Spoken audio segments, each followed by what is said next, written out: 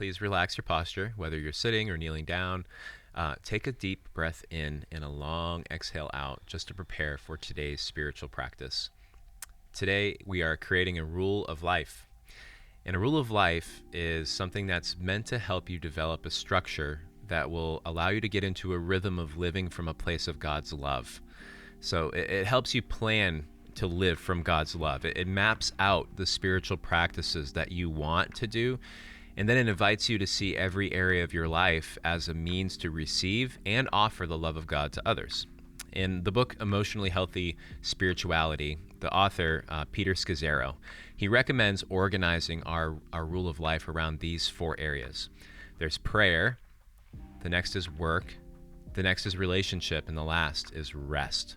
So following his example, we're going to provide a worksheet that's designed to help you plan for activities in each of these categories, whether these activities are daily or weekly or monthly or even just annual activities that you want to do. And as you prayerfully consider each of the quadrants, just keep in mind the practices that have aided you in the past and the new ones that you may want to incorporate should all go on this sheet. Yeah. So for step 1, you want to answer each of the following questions. Write down everything that comes to your mind. In the first section, prayer and scripture. What practices will anchor my life with God by helping me to listen for his voice and encounter his presence? Under work and service, what gifts, passions, values, and burdens has God given me? And what will help me to express them for the sake of others in my paid or unpaid work or volunteer service? Under relationships in church, what relationships does God use to impart his love to me or through to others?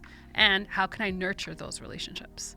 Under rest and play, what practices of self-care, both rest and play, will restore my body and nurture my soul by rooting me in God's grace?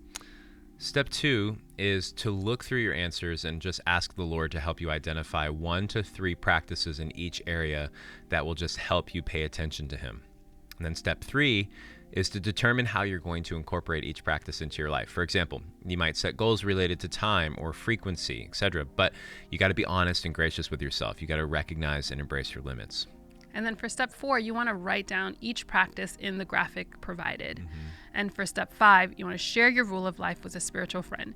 Review it and revise it regularly. Remember, the purpose of the rule of life is to live from and in God's love, not to live from and in guilt. So text WHYYAC Praise to the number 94,000 to receive a PDF worksheet with this structure and all the prompts and everything else that we've made lately.